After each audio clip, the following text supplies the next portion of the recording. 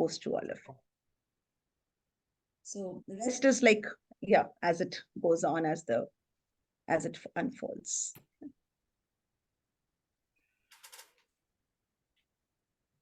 I think we just start in a minute. We're starting in, well, the event starts in half an hour, doesn't it? No, it just starts now. I think the event is supposed to start now. For us, 2:30. I think for you, all three of you, it's like a different time. So. Oh, okay. Oh my goodness. I thought it was supposed to start at 8:30 Sydney time. Good thing I was thought I'll come here early. Okay. All right. So it was supposed to be 2:30 IST, which is Indian time. Yes. So which for you, is that now? Is I think 8 o'clock for you, no? Yeah, it's 8 o'clock now. Yeah. So that's what we had written, the 2:30 IST. Oh, okay. I thought India was 6 hours. No. Okay. No, it's half hour. So the time zone is half an hour. Oh, I see. Oh my God. Okay. So it changes, right? Because at winter time, at the end of the year, it becomes 6 hours, doesn't it? It's always 5.5. I think, yeah, in the UK it changes because of our summer winter time, but the Indian time doesn't change as far as I'm aware. I'm talking about my time. That's funny. Never mind. All right.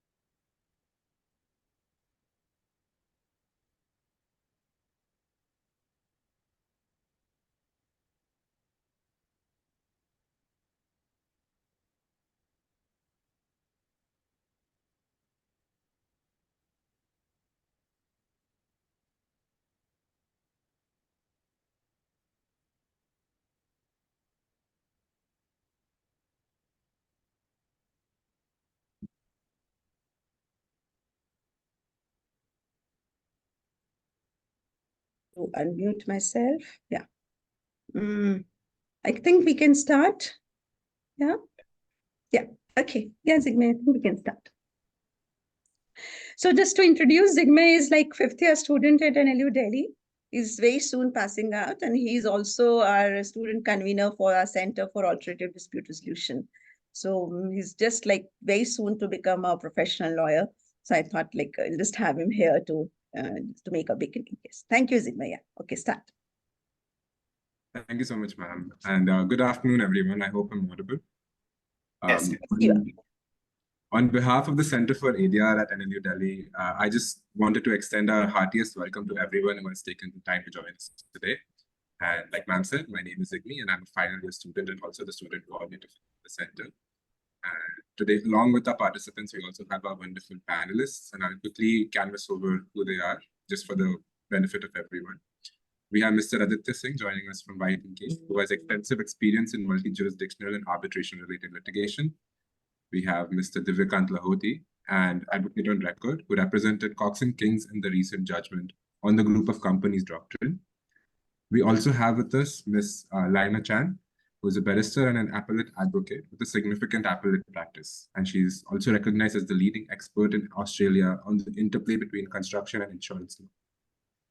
We have Ms. Liz Mathew as well, who's a senior advocate practicing primarily with the Supreme Court of India and has a wide experience in a variety of appellate work with a special focus on commercial and corporate disputes, including arbitration, company and insolvency law, and other civil and criminal laws.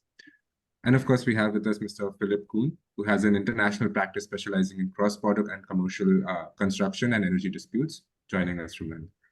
And although I'm sure that they don't need any further introductions, I hope everyone has found their respective designations in the panelist brief that was emailed to you by the center prior to today's session. Now, I would like to just pass the floor back over to Dr. Nidhi Gupta, who has been working tirelessly along with our team to make this webinar possible, and without whom, quite frankly, this probably wouldn't have been possible. Dr. Gupta is a faculty member at the center and has kindly agreed to moderate today's session for us as well. So without further ado, Dr. Gupta, over to you. Okay, thanks, Zigna. And yeah, once again, on behalf of our Center for Alternative Dispute Resolution at LAUD, I welcome you all.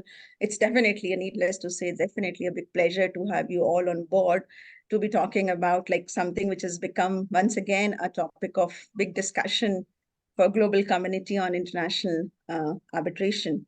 Especially what we keep calling consistently as a sticky issue of third parties and signatories and non-signatories. And as everyone is aware, that Group of Companies Doctrine has been like one of the solutions to deal with that third parties issue. And history, if we go into the history, it goes back to something like 1980s, 1982, the famous or the much discussed Dow Chemicals case. And then we had it in India in 2011, introduced by this once again discussed case in chloro controls. It came under doubt in 2022 when the Supreme Court 3 judges bench thought that its theoretical underpinnings were not right, and they wanted the larger bench to reconsider it. And they made a reference to the larger bench, constitutional bench of the Supreme Court of India, to reconsider it.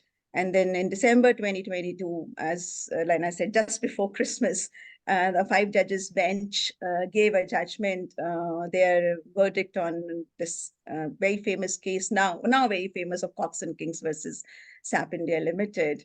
And they reinforced once again this Group of Companies Doctrine, though having substantially changed the theoretical underpinnings.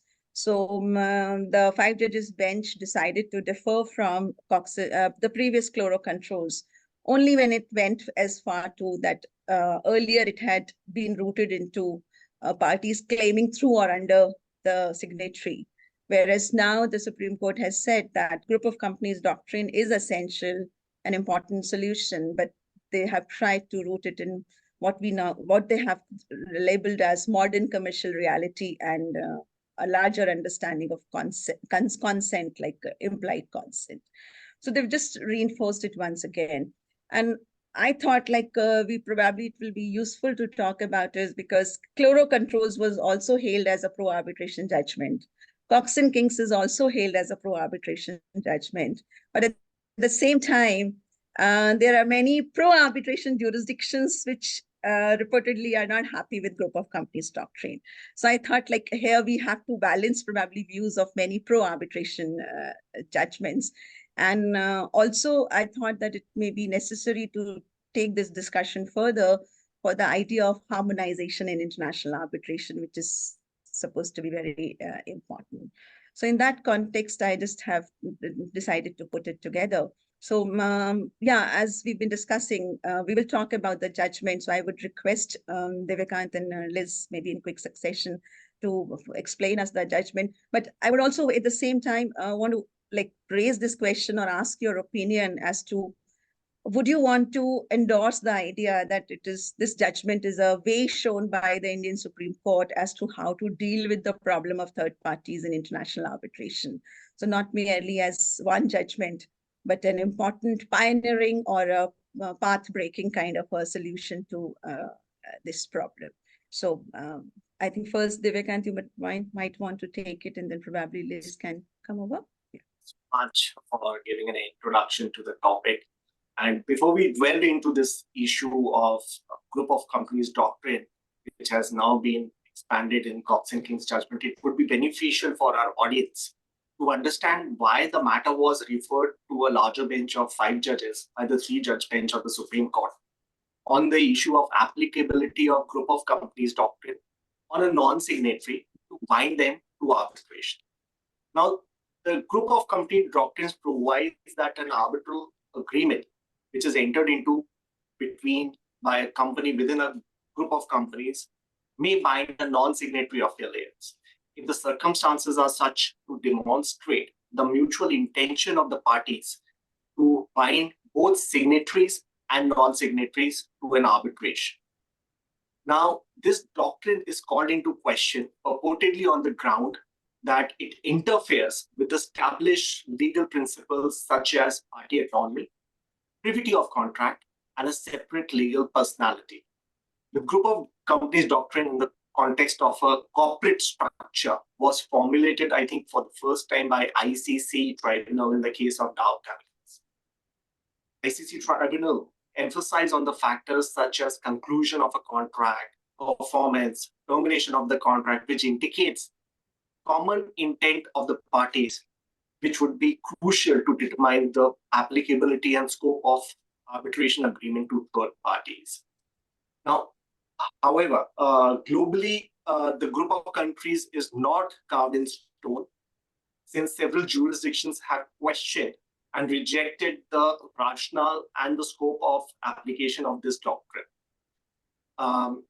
So initially, when we were arguing a matter under Section 11 of the Arbitration and Conciliation Act before the Honorable Supreme Court to rope in the parent company of SAP India in the Cox and Kings matter, the three-judge bench led by Justice Ramana, as he then was, along sitting with Justice Suryakant and Justice Bopana, while deciding on Section 11, wherein a non-signatory was sought to be impleaded, expressed their concerns regarding the applicability of group of doctrines, especially keeping in mind the pendulum of jurisprudence on the subject when one jurisdiction has refrained from applying the doctrine, and on the other hand, a liberal approach is adopted by another jurisdiction. So how would India, as a seat of arbitration, would place this doctrine so that it is well accepted in the business community and commercial community? Now, the five-judge bench of the Supreme Court has answered the reference made to it by the three-judge bench, holding that the Group of Companies Doctrine is an integral part of Indian arbitration law. The court has also situated the doctrine within arbitration law without overturning the concept of separate legal personality of an individual entities within the corporate group. Now, through this judgment, the five-judge bench has highlighted the importance of delving into deep molecular exercise, which is to be done in a commercial and a complex transaction, focusing on the subject of the relationship between the corporate group to identify the true intent of the parties to the agreement and the non-signatories concerned with the performance of the agreement. Such exercise, but with a caution, has to be done or undertaken by the arbitral tribunal by giving appropriate hearing to the non-signatory for objecting to be impleaded in the arbitral proceedings. Conversely, if a non-signatory wants to get impleaded themselves, then what are the parameters that have to be kept in mind by the arbitral tribunal to rope in into the arbitration?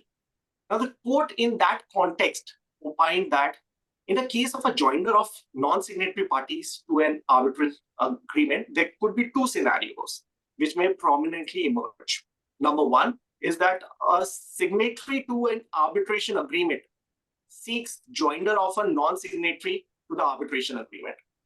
And the second could be that wherein a non-signatory party itself seeks an invocation of arbitration agreement. But in both the situations, the referral court will be required to prima facie rule on the existence of the arbitral agreement and whether the non-signatory party is veritable party to the arbitration agreement. Now, usually when these situations arise before the court or before the tribunal, it definitely leads to a complex and a deep examination of facts.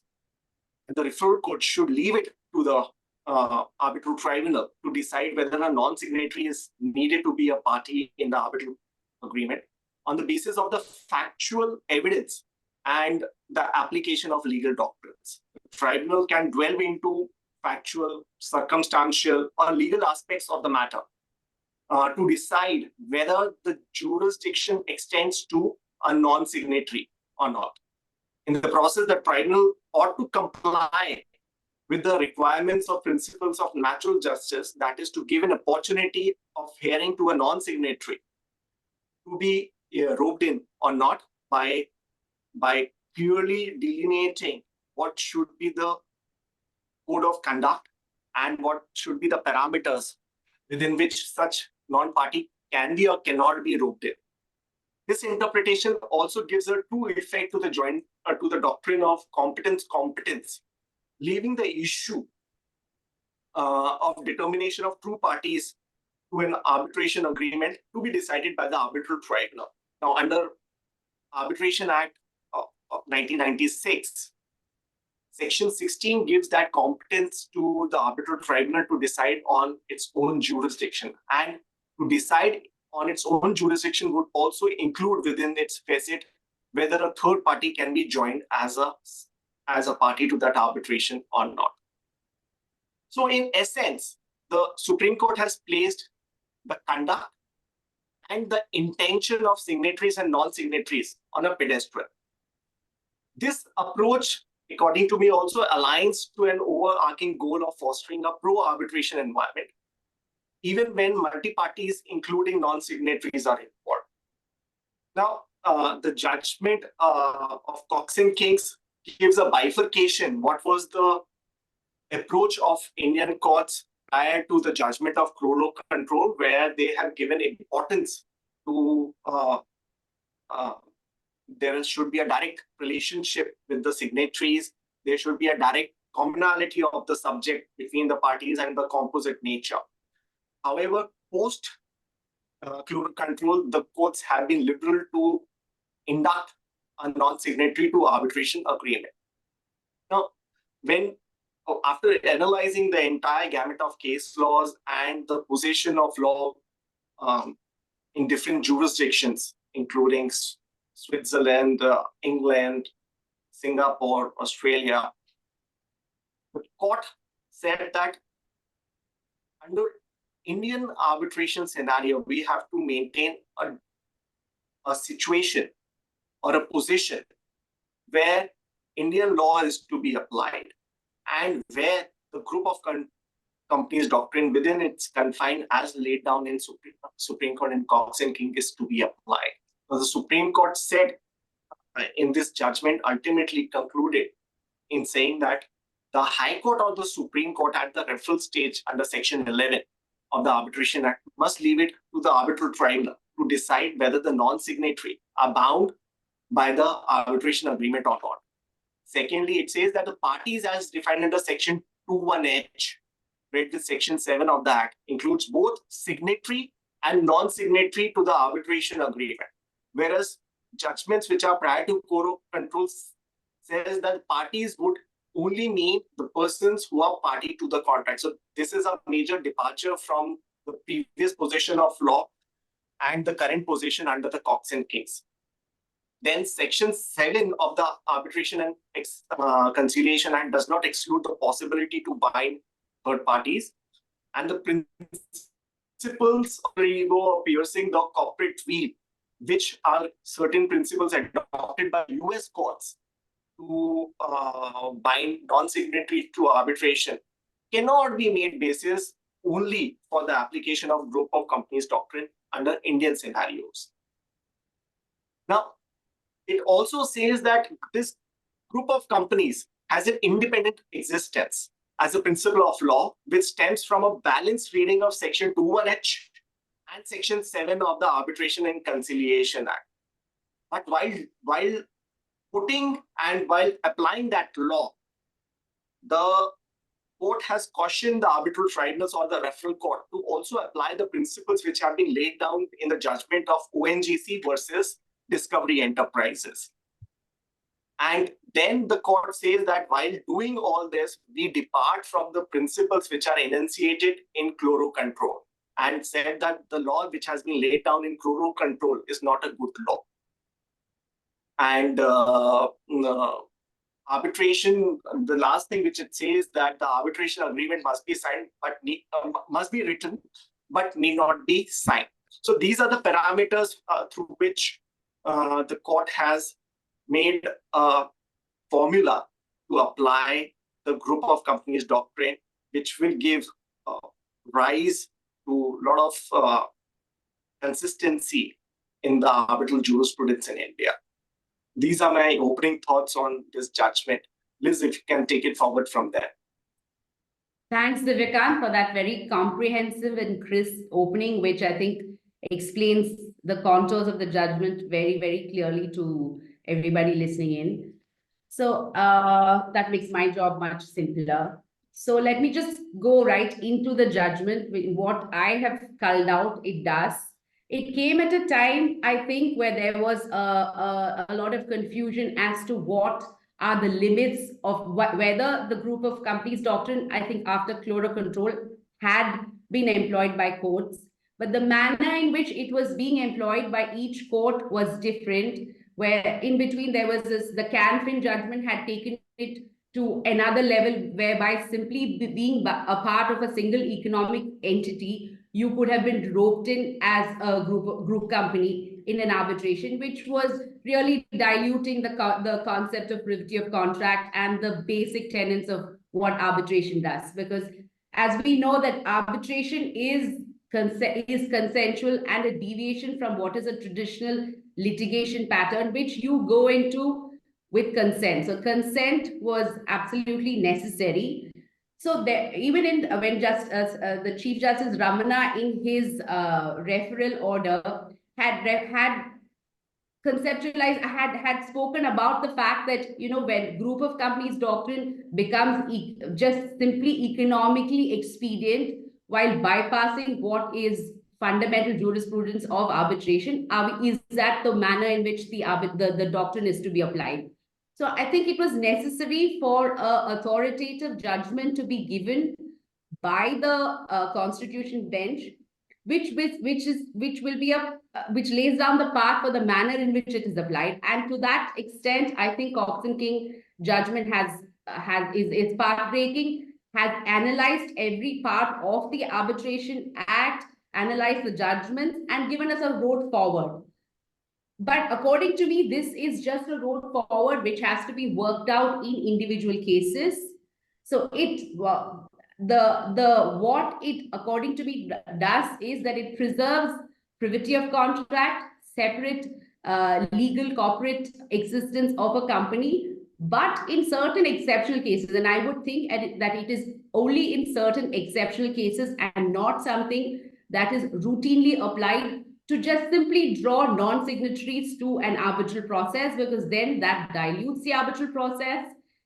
And as Divyakant pointed out, it is at the referral stage. If you have India is known for notoriously long litigations. At every stage, if you start with who are the parties to an arbitration agreement, who are the parties who can be roped into a litigation, that is, according to me, the working of how Cox and Kings is works out will determine whether it is pro arbitration or not. But I think a roadmap that is given where complex, and this, it has to be understood, and the judgment also makes it clear that it is a very fact-specific doctrine. It is, you cannot just read the conclusions that the judges have very succinctly put. You have to go behind what each of those ingredients are and analyze it on a fact-specific scenario to understand whether you can have a non-signatory brought in. So to start, Section 7 and Section 2(1)H, the court said that it is the concept of an arbitration agreement and the fact that it does not have to be in writing, it can be deduced by the circumstances. And then, as Divyakant said, the other parameters that were laid down in ONGC versus Discovery to truly understand what is live consent in the fact scenario. So it is that, according to me, is the primary there is an implied consent which has to be considered when you rope in a non-signatory. So it is not a question of a non-signatory. It's not a doctrine that opens up arbitration to a non-signatory, but it is actually to discern whether there is consent not merely from the arbitration agreement alone, but on the attendant circumstances. And I think when we talk later, I also think that where there is a complex structure for a certain, say, an infrastructure contract that is put in place after extensive negotiation, where you have possibly a special purpose vehicle which has been put in place to run a certain project, and you cannot, by a group of companies doctrine, try and get a result that could not be achieved in the negotiation, where in a negotiation there was possibly a party that was involved, but there was an express understanding between the parties that actually the contract would be entered into by that SPV and not by a holding company. According to me, it's problematic where you can have, you can then thereafter bring in evidence to understand at the level of negotiation at that stage itself if there was a company involved. According to me, what Supreme Court has said is that if you had held out that a party was a veritable party for the arbitration, and it was so understood by everybody, then you can use the Group of Companies doctrine to pull in a non-signatory. But one should be cautious that it is not something that at the stage of a dispute, what you could not have conceived or conceptualized at the stage of negotiation, or what one party could possibly not have achieved, because maybe you would have wanted a holding company to be part of the contract, but the contract was structured in such a way that is something that could have been done if you had entered into a contract with a certain party. Then at the stage of a dispute to bring in another party is according to me opening a can of worms, because there has to be some sort of a definitiveness with respect to what who the parties to the contract are. But where there is and in fact during the arguments, one thing that was said is that is a doctrine like that necessary if there are complex contracts for which it is economically expedient that the parties would want a final settlement or final adjudication and not multiplicity. Is not a joinder or a consolidation a better formula than a non-consensual Group of Companies doctrine foisted upon parties? But according to me, the judgment makes a fine, the conclusions give a fine sort of balance where that consent can be discerned, not manufactured, but consent can be discerned. Then you have an application of Group of Companies doctrine, which is consensual in nature. And it is not a non-consensual doctrine like a piercing of corporate veil or alter ego, where without consent of the parties, there you go behind the legal personality of the company. So this is a fine starting, but I think the working of how the doctrine gets employed will have to be worked out in the subsequent cases that will arise. In fact, the Constitution Bench reference Divyakant's case has gone back to Justice Suryakant, who was part of the referral order, to see how it is applied. So it would be interesting to see how it is worked out by the Supreme Court in the first instance, and thereafter the application of it by the High Courts in Section 11, and more importantly, Section 9, because if you have Section 9 is interim relief, which can be sought in court. So if you have either a non-signatory coming for an interim relief with respect to the contract, I mean, those would be interesting scenarios which would be worked out in implementing the judgment. I think at this, I would close my opening thoughts on this. Now, just one pointer. The judgment after this Cox and Kings, it has been retained by Justice Chandrachud for appointment of arbitrator. It has not gone back to the Justice Suryakant. Now, one more thing which I want to add to what Mathew has said, that in today's time, it is very common for disputes to arise from multiple contracts executed between different parties, forming part of a commercial transaction, maybe for completion of one common project or an objective. Now, in such scenario, non-signatories can be subjected to arbitration without their prior consent in certain cases, if not exceptional circumstances. And I would like to give some examples.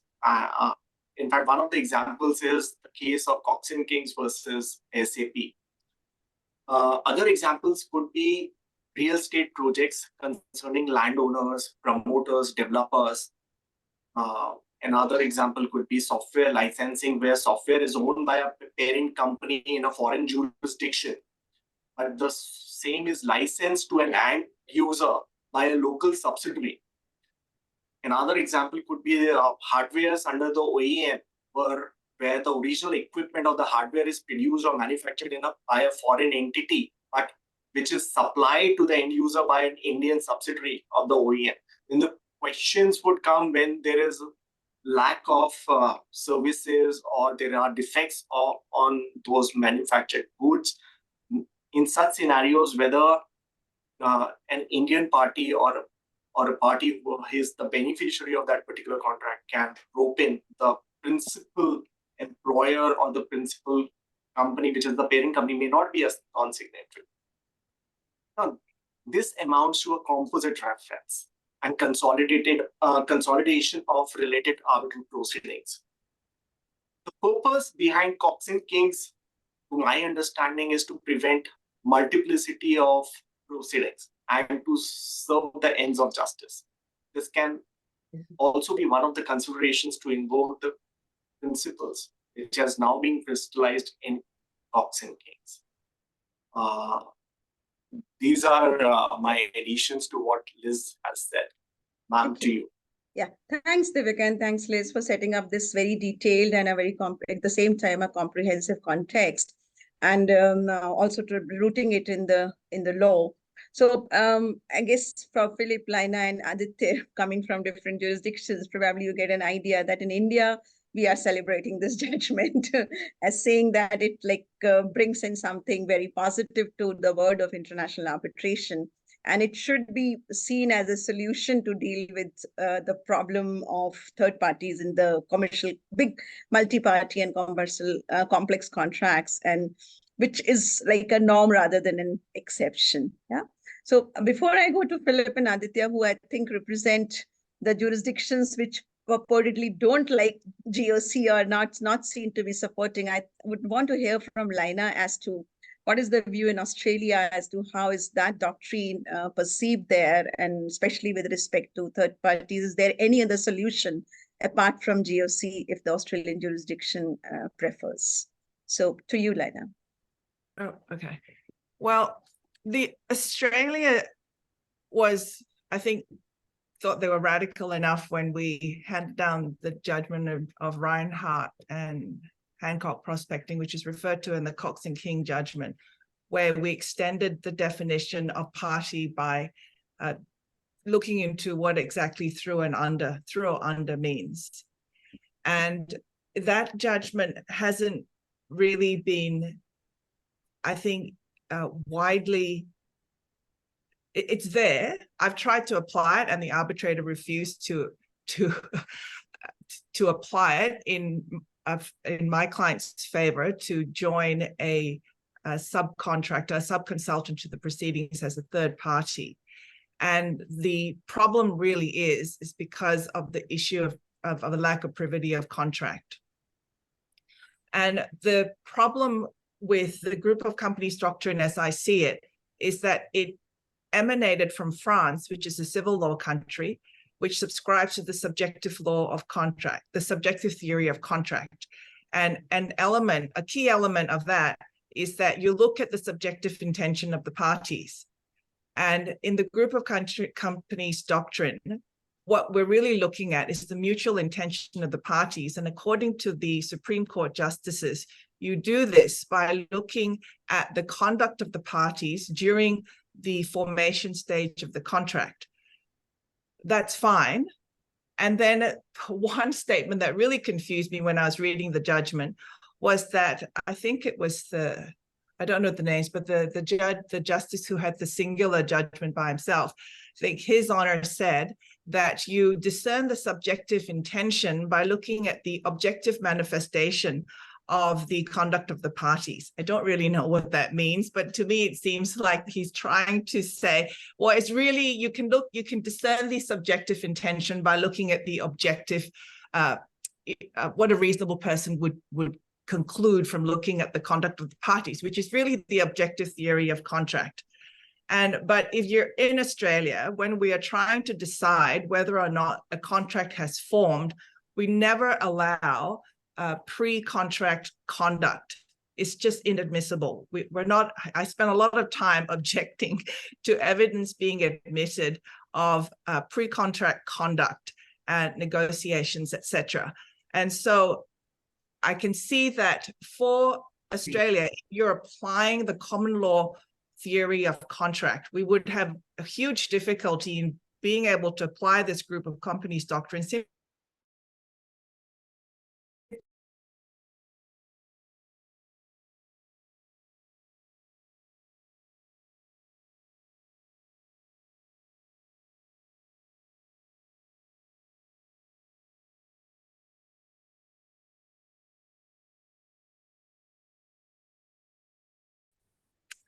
I can see why, especially those of us who appear in arbitration, why it's wonderful to have a doctrine which allows, or rather helps avoid multiplicity of litigation, and allows you to have all the relevant parties consolidated into the one arbitration.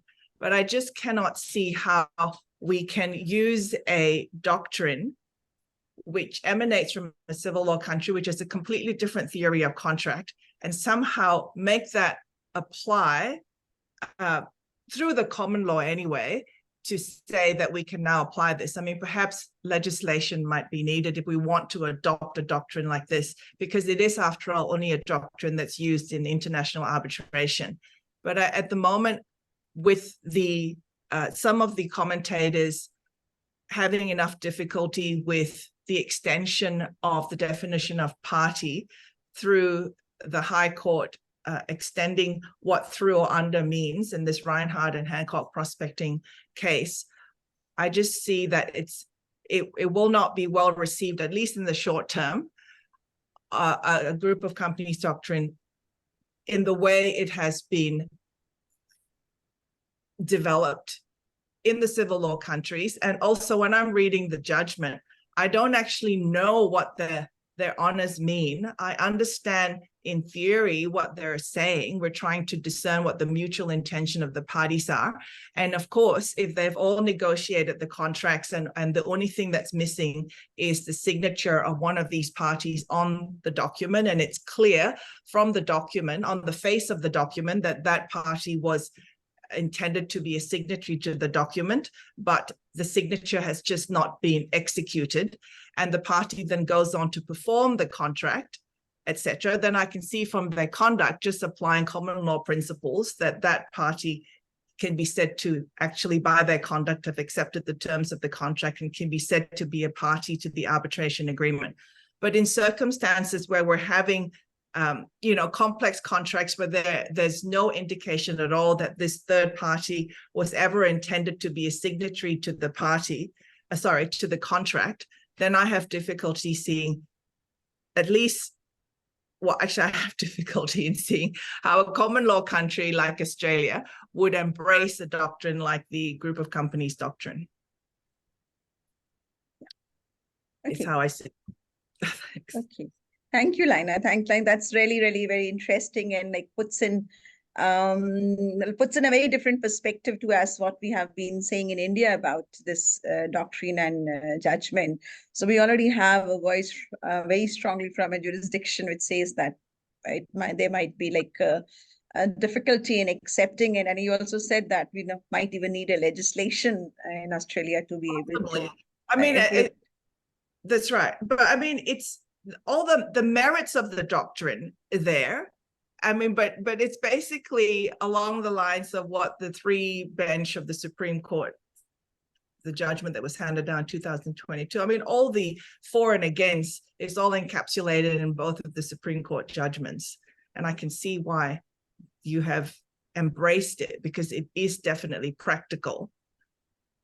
But if you're looking at it from a purist point of view of what contract law in Australia is, which is the common law contract, then I just have difficulty seeing what it actually means when you're saying, how would you actually go about determining what the mutual intention was? I mean, are you going to do that by calling evidence from the parties, the third party, to say, I did or I did not intend to be a party to this contract? I mean, what are you actually, how are you actually going to discern it? I know it's not said that you're actually going to get oral evidence from these parties to say, I didn't intend to be a party, because you're supposedly trying to discern that from the objective manifestation of their conduct. But what does that actually mean?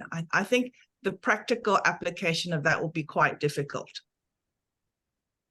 Okay, so thanks, Laina. Yeah, as you rightly said, that the workability of the doctrine is like it's still in question, and we really need to thrash that out in a big way. I think we can listen to Philippe now as like a perspective from UK as to how would you want to perceive it there. Thank you. I'm planning to start first with the English position, looking at the Peterson Farm and CM Farming Limited case, which is now just coming up, just 20 years old. It was decided in February 2004, and it's a High Court decision in the Commercial Court, Mr. Justice Langley. The interesting thing about this decision, before I just set out the basic facts and parameters of the ruling, is that it's been looked at from time to time in other first instance decisions and mentioned in passing, but at least on my reading of the decision and the later cases, there hasn't been as rigorous or critical an analysis of the Group of Companies Doctrine in English seated arbitrations, or as a matter of English arbitration law. And I think that's a sort of potential gap. I think while this decision and those that have followed it subsequently don't recognize a Group of Companies Doctrine, I think, you know, an appellate decision would look at this question much more carefully than Peterson Farm did, and also ventilate emerging practice in India and in the ICC context more fully than Mr. Justice Langley did. So just to sketch it out, the practical significance of the Group of Companies question in Peterson Farm was that there was a challenge to an award, and about 80% of the award was as against the C&M group, and only 20% against the limited company that was the actual signatory. So the stakes were high, and Mr. Justice Langley agreed ultimately that the award would be set aside as against the group companies, because there wasn't a Group of Companies Doctrine, in his view, recognized in English law, nor did other established doctrines like agency come to the rescue.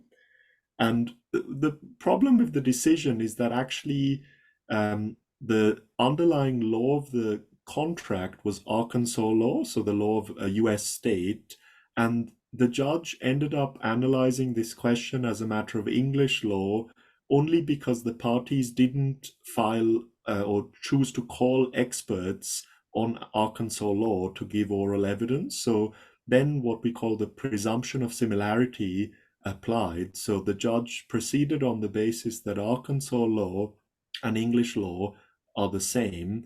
And so you have an odd situation where it was, as a matter of contract, an English-seated arbitration. The judge assumes, because of the parties' concession, that Arkansas law and English law are also the same as a matter of law of the arbitral agreement. So a question mark about Peterson to me is whether this was a decision based on the arbitration being seated in England, or whether it was based on the content of English arbitration law itself. And that's something that's been picked up in a later decision called Egayazarian and OJSC OAK Finance, which is a 2015 decision also in the Commercial Court. And the meaning of what or how encompassing the decision of Peterson is, in my view, is still undecided in English law, because it's unclear whether it's because of the seat or because of the lex arbitri. The judge also rejected agency arguments because he considered they weren't made out on the facts. There were some attempts to rely on equitable estoppel, which the judge thought of as frankly a weak argument, and I don't think that's something that you would see very often argued after Peterson. And as I say, the decision was set aside, or that part of the award was set aside. Peterson has been followed subsequently, and there doesn't seem to be any judicial criticism of it. And I think a lot of it is for substantially the same reasons as Layla, although this isn't articulated in Peterson or the later judgments. I think English law naturally has a skepticism about going beyond what is plain and obvious to discern. And so, in other words, this objective approach. And similarly, at least for as a matter of English substantive law, if it was an English law contract, we equally have the rule in Prenn and Simmons, which has been applied time and again, which excludes pre-contractual negotiations. There may be arguments about whether that rule always applies, where you may have an English-seated arbitration but governed by the law of another jurisdiction, and that could be something to argue over. I don't immediately know the answer, but I think why I favor the English position is, at least from the perspective of English arbitration law, and considering the high volume of international arbitrations that parties choose to submit to English arbitration law in a sense, at least by having English law as the seat, or English law as the law of the arbitration agreement, is that it achieves a certainty that works across different national and cultural contexts. Because I can see in how in the Indian context, or in the context of any particular country, over time you might get sufficiently established practice to arrive at a mutual consent or implied consent approach. I agree that it doesn't sit very easily with the common law generally, but I can see that over time, through precedent, you could get to a position where the concept is sufficiently well understood and workable. But if you take the example of an English arbitration, it has to work equally well for South American parties, Asian parties, Middle Eastern parties, and indeed UK or European parties. And I can see it being harder to establish a clearly understood practice in the English context if England wants to service and continue to service that sort of cross-border work from any part of the world. And I think it wouldn't be what parties would expect of English law if they were choosing it as something that's plain and simple. And what the parties are left with in England is other doctrines. So sometimes, like potentially in the Kababji and other cases, there are arguments as to the construction of the agreement and the role of non-signatories. There's the doctrine of agency, which, while not sweeping, will fill gaps in certain cases. To pick up on the example that Laina gave, potentially you could have a rectification argument if it was actually a real omission on a signature block, although in practice that might be difficult to do because it's strictly an equitable remedy, and I imagine an arbitral tribunal will be more reluctant to rectify an agreement than a court would be. And we also have, if it's the substantive law of the agreement, the Third Parties Contract, Rights of Third Parties Contracts Act 1999. Now that in any sophisticated contract usually is excluded because it can cause problems of its own, but that is also based on a benefit or intention analysis. So we do, in a way, have, in a different context, a similar doctrine.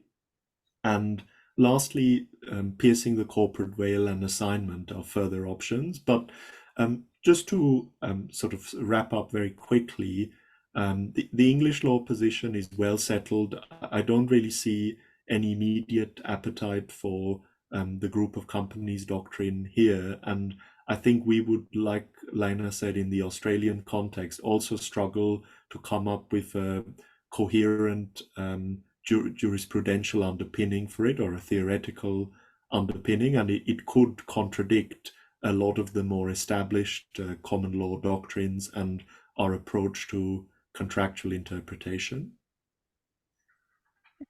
Thank you. Thanks, Philippe. Thanks. So a very clear expression of what is the English position.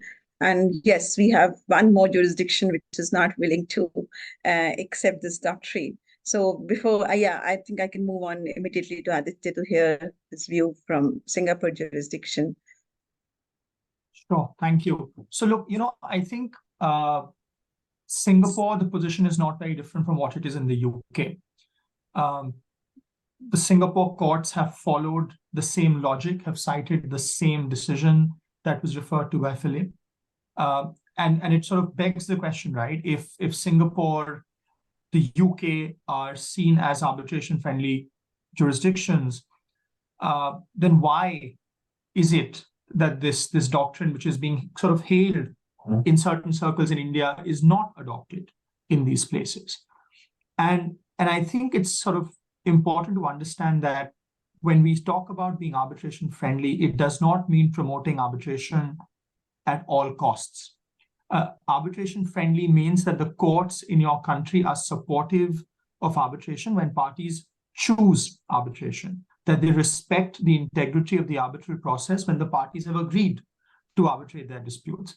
And at least in countries like the UK and Singapore, the courts find that there is this inherent tension between the Group of Companies Doctrine, or what is called in Singapore the Single Economic Entity Doctrine on the one hand, and the concept of, and two other concepts on the other, which is the idea that arbitration is ultimately a creature of consent, and also a very important sort of commercial doctrine of separate legal personality, right? And that is why courts have shied away from this concept in Singapore as well. But in addition to that, I think one point we haven't discussed in detail yet is the policy consideration at play. And that is certainty. If you read the Cox and King's judgment, right, there is sort of reference to how the application of the doctrine will depend on the discovery enterprises factors. There are 4 or 5 factors now that the court will consider in determining whether or not to apply this doctrine. And I think we can agree that these factors will be fact-specific and that the court will exercise discretion in each of these disputes. And so if you look at it from the perspective of commercial parties, they are bound to face uncertainty and the risk of landing up in satellite disputes. Because if there was no Group of Companies Doctrine at play, a non-signatory to the arbitration agreement would sit relaxed, convinced that the likelihood of it getting involved in the arbitration is minimal. And therefore, commercial parties will prefer this because they can, allocate their risks within the corporate group accordingly. So in addition to this sort of tendency to adhere to the legal doctrines I referred to earlier, there's also a policy consideration of certainty that's prevented courts in Singapore from going over the line. And also, I think another brief point before I pass it back on to you, Nidhi, is that there are alternative mechanisms that are available to bring non-signatories into the fold, right? If it is indeed the case that consent is at the core of this, then almost all major rules of arbitral institutions today provide for joinder, which adds a third party to consolidate to an arbitration. And the idea, again, here is that if you have the consent of the non-signatory, then you can join the parties. So, I think these are some of the reasons why you have in Singapore the same concern that you find in places like Australia and the UK.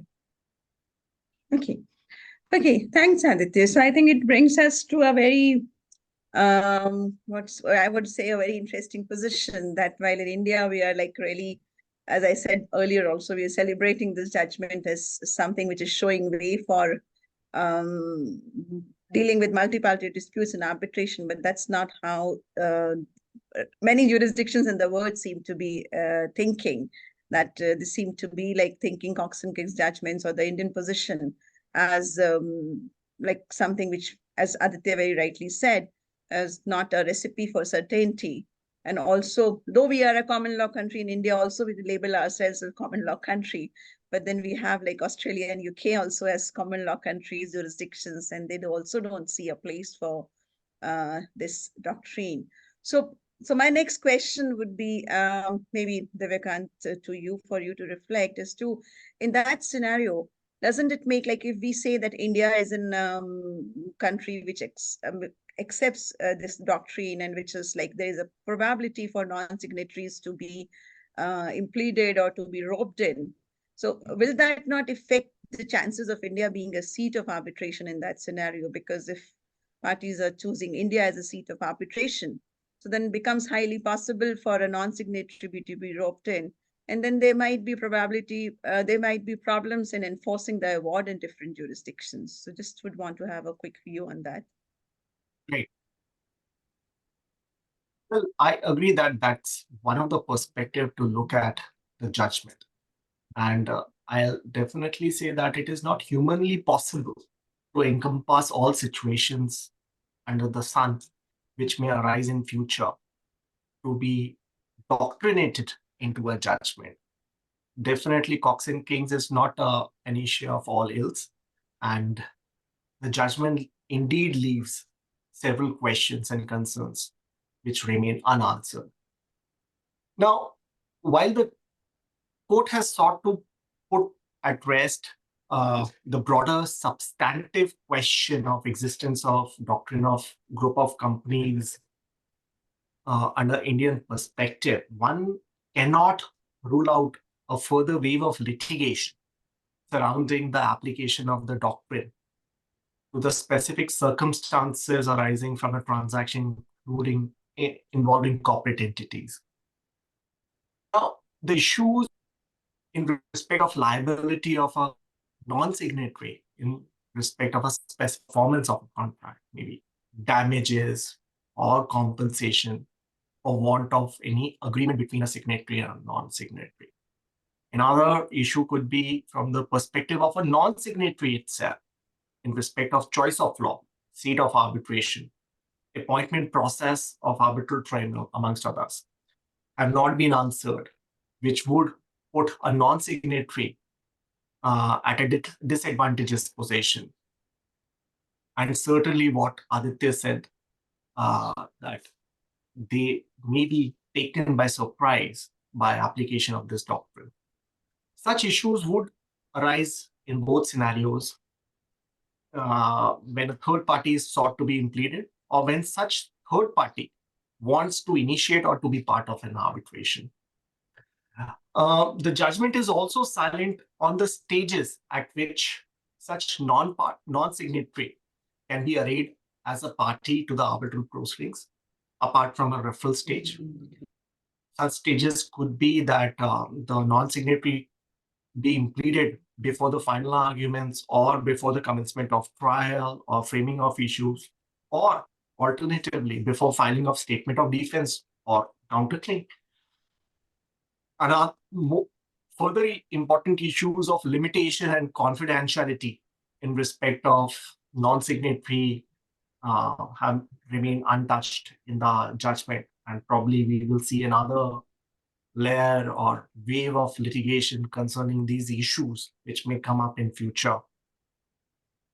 Now, from a prospect of the civil procedure, another important issue which has not been touched by the Supreme Court in this referral judgment is the issue of necessary and proper party, as is provided under our Code of Civil Procedure under Order 1, Rule 10. Now, the issue is whether the arbitrator would itself have the power to add or direct impleadment of a non-signatory on the grounds of non-signatory is a necessary or proper party. We encompass a situation where claimant is trying to drag a non-signatory, or a non-signatory wants to join, but what will be the scope of powers of the arbitral tribunal when they see that this particular matter would be better to involve a non-signatory for an effective implementation of the arbitral awards. This issue still remains unanswered. And so far as the effect of this judgment on India seen as a seat of arbitration, yes, there are widespread ramifications of this judgment which would be tested over a period of time. There exists a difference in understanding between different jurisdictions on the applicability of this doctrine. The recognition provided to the group of doctrine is I would say, is a double-edged sword. And due to the difference in way of applying the doctrine, there is a possibility that the parties from the countries which restrict the application of the doctrine may not choose India as a seat of arbitration. Otherwise, they will have to, ipso facto, be bound by Indian law, which recognizes and approves the applicability of this particular doctrine. But let me remind you, conversely also, it is also possible that a party belonging to a country that does not recognize the doctrine to include non-signatories, they will definitely choose India, given its pro-arbitration stance as held in this particular judgment. The judgment by the five judge has shifted the adjudication of inclusion of third-party signatories to arbitral tribunal. Now, when the adjudication has been shifted to the arbitral tribunal has to be cautious in applying the principles laid down in the judgment to implead such third party by giving due opportunity of representation to them, either objecting to or wanting to implead themselves in the arbitral proceedings. So these are the concerns which would definitely be agitated in future, given the circumstances in which the judgment has been passed. Yeah, Aditya is likely willing to say something. Yes. Only to say that I don't believe that this decision or India's position on the Group of Companies Doctrine will materially have any impact on the country's standing as an arbitral seat. The reality is that the UK and Paris and Singapore, London, Paris, Singapore are not, the leading seats in international arbitration because of their posture on the Group of Companies Doctrine. And similarly, frankly, to be brutally honest, there are many other problems with the way in which with Indian arbitration. Group of companies is not one of them. And if the party was going to not agree to an Indian seat, it would be the fact that there are judicial delays, that there is inconsistency in how set-aside rules are applied. There's inconsistency in how the public policy exception can be interpreted. So in all these list of problems, I think Group of Companies probably take a back seat. I don't think it'll have a serious impact. Yeah, but it can be one element in many other factors. Probably we can put it like this. So if there are many detriments for India being chosen as a seat, we could say probably the uncertainty that this doctrine is adding and the divergence that it may have from other jurisdictions. So probably that could be it could be just an additional factor amongst many other factors. Probably that's what we can say. So yeah, please. Yeah. Yes, yeah. To respond to Aditya about the uncertainty about circumstances and human interaction is what is the bedrock of all litigation. So to say that any sort of judgment or any sort of policy that only gives certainty is one to be chosen, I think is difficult. In fact, the relevance of us lawyers is due to the uncertainties of life.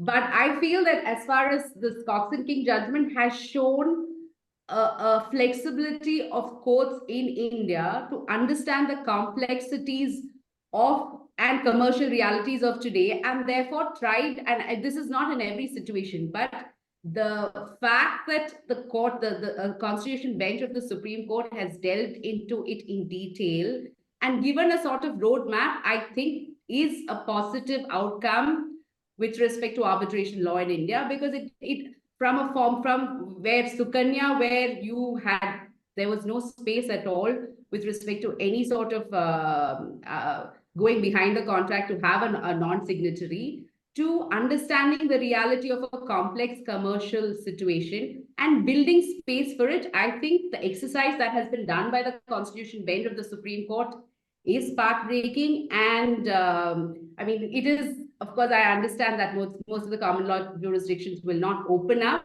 And according to me, this is the Cox and King Group of Companies Doctrine is only with respect to a minimal amount of litigious cases where there are composite contracts and the parties, instead of a consolidation or non-joinder, would possibly find it advantageous to use the Group of Companies Doctrine. And that space has been provided in the Indian context by the Supreme Court in this case. And in fact, what this is a judgment which is rendered, of course, understanding the international perspective, but really grounding it on the jurisprudence of the Indian Arbitration Act, where you have found the jurisdictional or the doctrine, you've seated the doctrine in 2.1H and Section 7 and given it that position. And thereafter, according to me, this is only the beginning, where how you will work it out will depend on the facts that emerge in individual cases. But to me, it's a very positive development in the Constitutional Court having shown that sort of flexibility to understand complex commercial realities. Okay, thanks, Liz. And I think that's a very interesting debate emerging, and we have probably would need many more of these kind of meetings to be able to address many issues. Aditya raised a very important, and personally to me, a very important issue of what is pro-arbitration, and is sending matters to arbitration tribunal for resolution is pro-arbitration, or so that's, I think, remains a constant topic of discussion and debate. Same way as Aditya said, certainty as a policy is important, and of course, certainty combined with how much uncertainty, or vice versa. So I think these are some very, very fundamental and conceptual debates which need to be taken further and would be very important. But before we take a few questions, but I just want to have a few last word on. So do we all agree? Well, maybe not in a very positive way, that in very recent future, probably we would need to think of more solutions for including third parties, and GOC probably may not be seen as the solution or the most preferred solutions. Maybe I can go from Laina, and I think everyone can respond on that. So Laina, what would you say? Well, I think we have to work within the context of the various arbitration acts. I mean, the UNCITRAL modern law. I don't think we can just run off and start creating new ways of joining third parties. What I just feel after listening to all these discussions about the Group of Company Doctrine and reading the judgment, we're not really talking about mutual consent, because if there really was mutual consent, then the parties can then voluntarily join the arbitration process. It's obviously because one party saying, I didn't consent to being a party to this arbitration agreement, and you shouldn't therefore be a part of this arbitration. It's not really whether there was mutual consent. The question really seems to be whether they should have consented, and that's the real seems to me to be the policy behind this Group of Companies Doctrine. Not that they did consent, but they should have consented. So therefore, we're going to say that objectively you should have consented. So therefore, you are a party to the arbitration agreement, because it makes commercial sense to have this dispute resolved in a composite way. And I mean, it's very frustrating when you're acting for one of these parties and you don't, and you want to have these third parties joined to your arbitration so that you can have a once and for all solution. That there are these difficulties of joining these third parties, and that's always been the problem with international arbitration because it is a consensual process.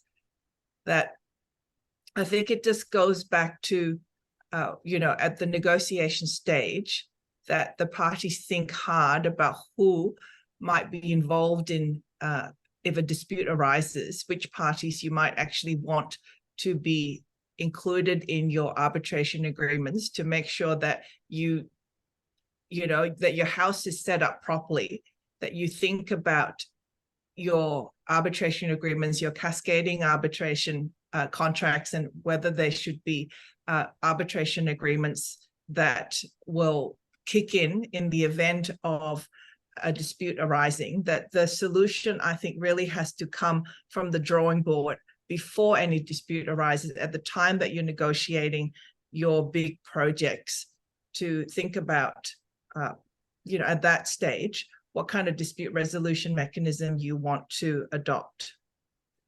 Rather than at the end, after it goes wrong and you haven't really thought it through, thinking, oh, now I wish I had included that party in the arbitration agreement. Well, Philippe, if I can come to you, because we are running short of time. Of course. I mean, just to add, I think, I agree both with Aditya on the certainty point and also with Laina about the importance of, careful drafting.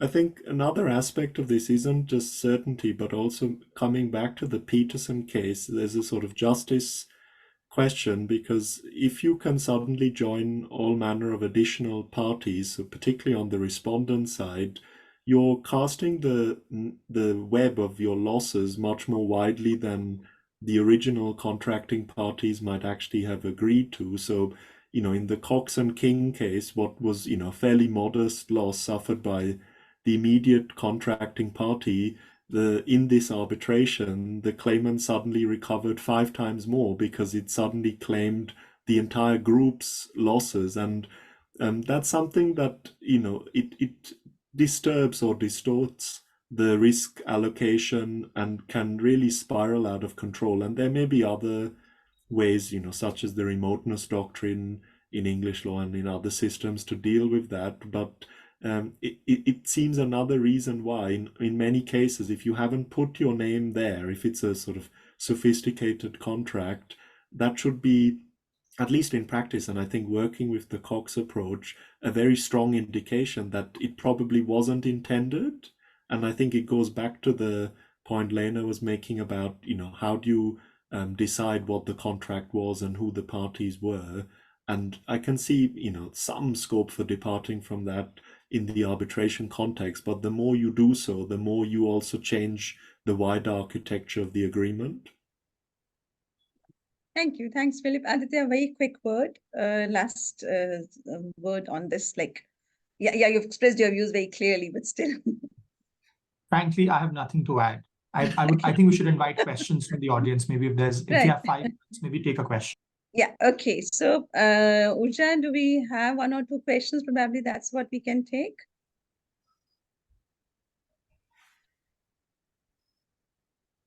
Urja, are you there?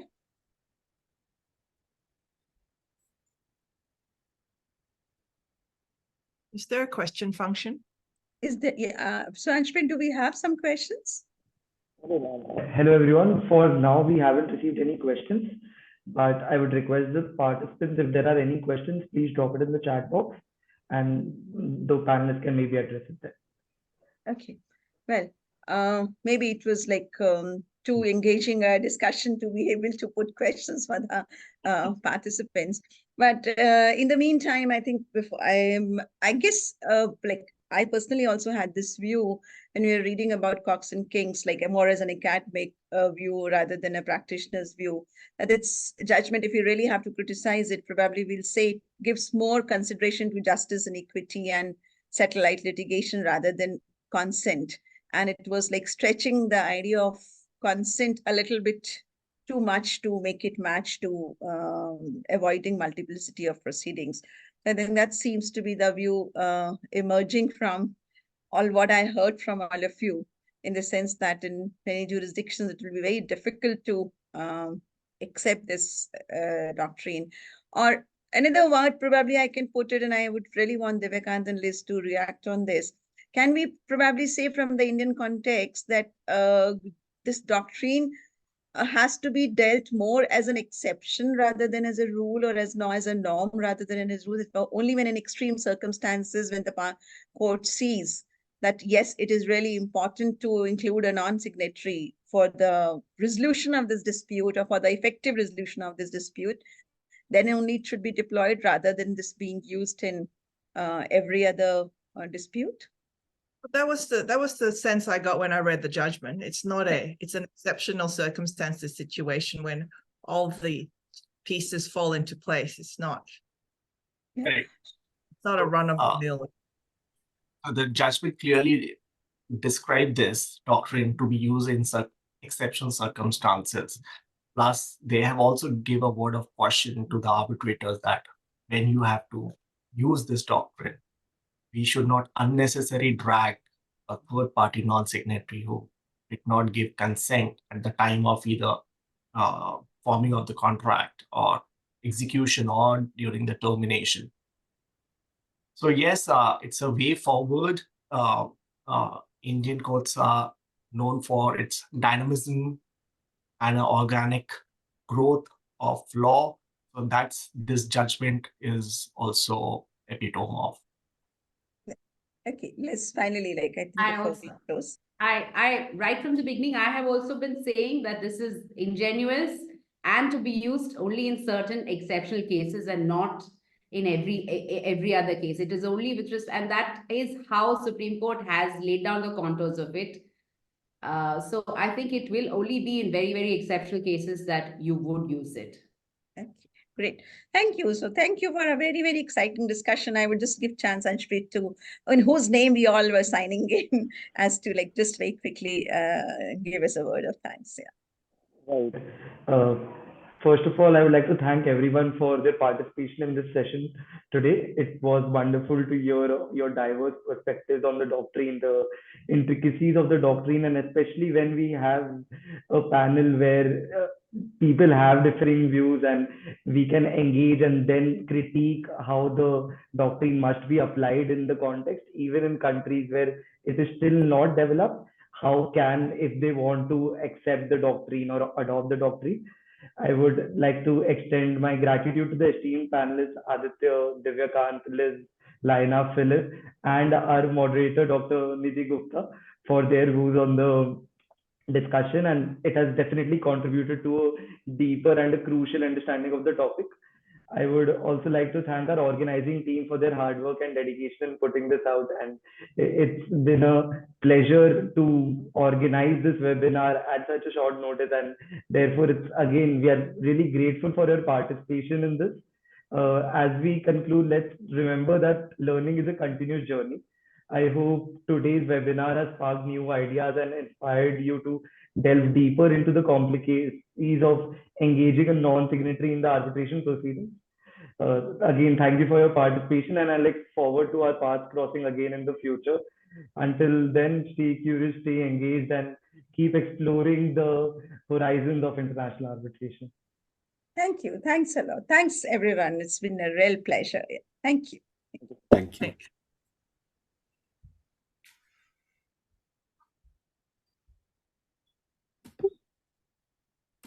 So we leave?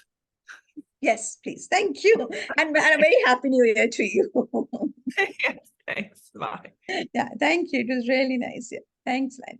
Bye. Bye.